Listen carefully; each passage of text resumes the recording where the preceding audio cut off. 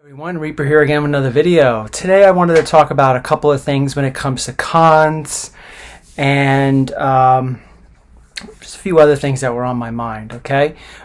First off though, I just wanted to say that this Thursday, now I don't know if this video is going to be released Tuesday or Wednesday, but this Thursday, I'm going to be, me, Patrick, and Mike, we're going to have a live chat on Mike's channel. Information on Mike's channel will be listed in the info below, and maybe I'll insert it into this video in the corner. So go check out Mike's channel. We're gonna have an interesting little chat, Thursday night chat. Very similar to the old chats that we used to have from years ago. Mike's got some pretty interesting things to talk about when it comes to certain comic book collections that are going to Heritage and things that are going on at Heritage right now.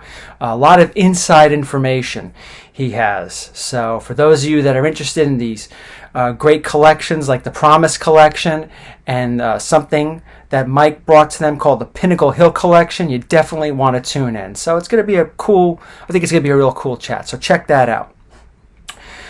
Secondly, I wanted to talk a little bit about cons, how things are starting to open up again. For a little while now here in New Jersey, and this is probably the same in many other states, we have cons here, usually small cons. We have the one that's in Wayne, sometimes in another town up in North Jersey, and we have the one in Old Bridge. And those have been running for a little while. And it seems to become normalized to have these sort of things again since all the closings from last year. But also recently, I finally had the chance to go to a slightly bigger con called the Garden State Comic Fest, which I went to this past Sunday, where I met up with Tony Toth. It was good seeing him again, chatting and all that stuff. But it was also pretty good. It was a pretty good feeling just to get out again, to experience a somewhat decent sized con. Now, yeah, of course there are bigger cons out there, obviously, like the New York Comic Con and some others. I think Baltimore is obviously much bigger, and so is the Heroes Con. But I just wanted to say it was nice to finally get out again and just look around. And that's pretty much all I did, was just look around. Now, I did manage to pick up 2 books that are insignificant compared to all the books that have been selling for crazy prices, all the books that you see on Instagram that are going for top dollar. But I did see 2 books. I just bought them, because I thought they were a pretty good price, and I liked them. I managed to get Conan number 58, which is, some consider it the first appearance of Belit. I think that's how you pronounce her name. Some consider it her second appearance, second after the king-size Conan number 1, which I think is just a cameo. And I purchased, nothing special, a very, very high-grade copy of X-Men number 5, first appearance of Maverick. We laugh about it right now, the first appearance of Maverick, but who knows, another year from now that could be a several $100 book. Or not.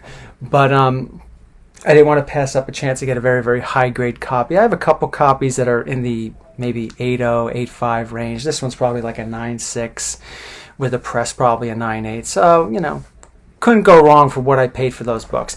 But that was all I got. Now, this whole segment on, the cons opening up and again wasn't to showcase all the great books I bought, because for those of you that have been watching my channel over the last few months with seeing the crazy comic book prices video, and comic books that you should be on the lookout for, or comic books that you should be happy to have in your collection, the prices are just too much. And I had a conversation with Mike. We're going to do the live show on his channel on Thursday. I had a conversation with him because New York Comic Con's opening up this year, and I think they're going to be selling tickets within the next couple of weeks or whatever, and he wants to go to it. And I already told him that I'm not really interested in going. It's nice to get together with some people and go to cons, or especially specifically a New York Comic Con. But with the way prices are nowadays, put COVID aside for a moment, if you can. But with that aside, just at the prices today, it's not even worth going. because at least that's the way I feel. That's why I try to go to the little cons. You could still get some pretty good deals and find some, gems in boxes and all that stuff, long boxes, short boxes on the wall, whatever. But in a major con like New York Comic Con, which wasn't cheap to begin with because it's a New York Comic Con, it's probably the same thing at the San Diego Con and some of these other bigger cons. Some of the books that I would like to get or like to add to my collection, they're just so far out of range now, it's not even worth going. It's a waste of time. At least that's the way I feel. For me to catch the train, to go all the way up there, to spend the money on the round trip, to get up there, the price of the tickets, all the waiting around, it's probably going to be a madhouse again, the virus aside, people are going to start flocking to it. But even though I think they're going to have a limited amount of people, they're trying to limit the amount of people, but still it's going to be crowded, I think. It's just, to me, some of those bigger cons, especially the New York Comic Con, it's just not fun anymore. It's just, with the prices and all that stuff, sure, I'd like to get a Ghost Rider #1. That's one I've always put aside, said, I'll get that one day, and I just never got to it. Well, I'm not going to go to the New York Comic Con and buy it.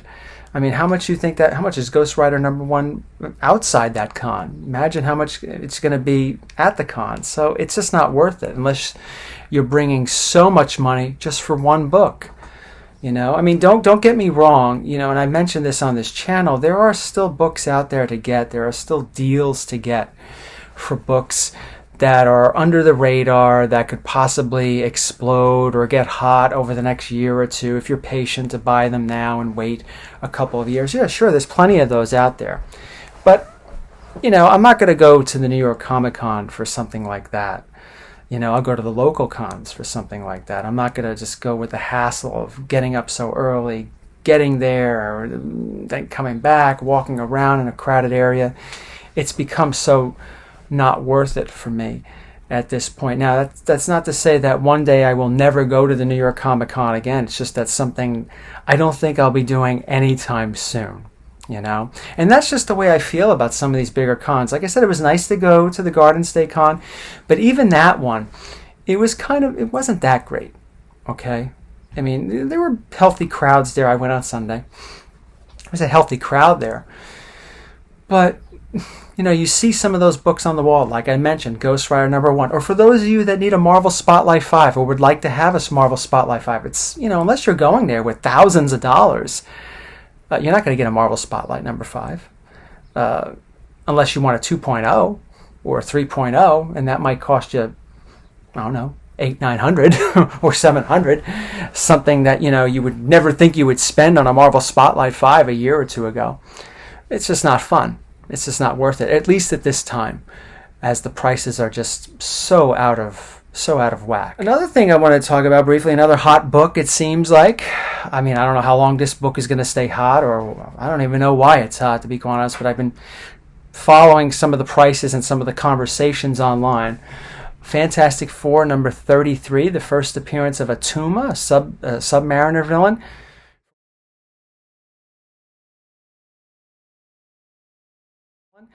For whatever reason, that book got hot, just like that. I don't know. Maybe there was an announcement of something. I don't know. I don't know off the top of my head. Maybe you know better than I do. But that's another book to keep your eyes peeled on, at least for the moment, that seemed to have spiked. And I don't know. Good luck.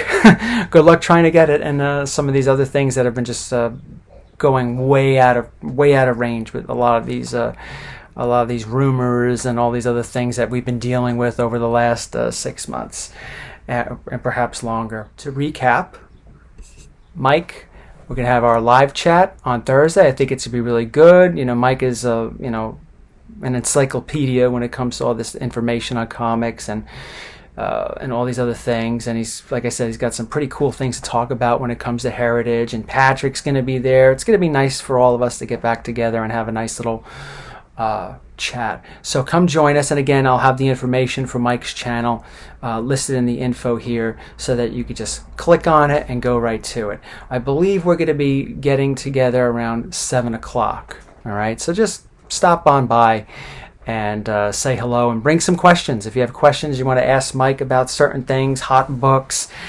conservation, collections, you name it, bring it, and he will answer your questions. And the rest of us will just have conversation. All right, but so how do you feel about cons coming back? Are cons starting to come back in your area? Is it starting to become normalized again? And if you decide to go to some of these bigger cons, wherever you're from, a lot of people obviously not from New York, but there are bigger cons around, like the Chicago Con, the Baltimore Con, the Heroes Con, and many others that I'm not even aware of or are escaping my mind. You know, what do you go there to get? Do you go there just to maybe find some hidden gems, like we were talking about earlier? Many books out there that are a little underrated that you want to pick up now that you might think might have potential? Or are you looking for the big books? Like for me, like I said, Ghost Rider #1, which, the book was always like a few $100 book in low, high grade, like 7.0, 8.0. And now it's so much more. I don't want to spend that much money. I can't spend that much money on that book now. I just don't think it's worth it. I'd be happy with just saying, well, Ghost Rider #1's not in the cards for me, or at least not in the collection for me. But what do you do? I mean, if you want an Amazing Spider-Man 1, you're going to go to New York Comic Con, hopefully get one. I mean, I would be interested in hearing what you all have to say about cons opening up, and what is it that you're going to cons for? Are you going there just to maybe socialize? Are you going there for the reasons I mentioned in this video? I'd be very interested in hearing, because I think now things are not as fun as they used to be going to these cons. Yes, cons were always expensive if you wanted to get good things. Yes, they always charge a little bit more because the dealers have to pay for their table and all that stuff. We know that, but now it just seems like it's really just crazy. Thank you for watching, everybody, and I hopefully will see you on Thursday. Take care.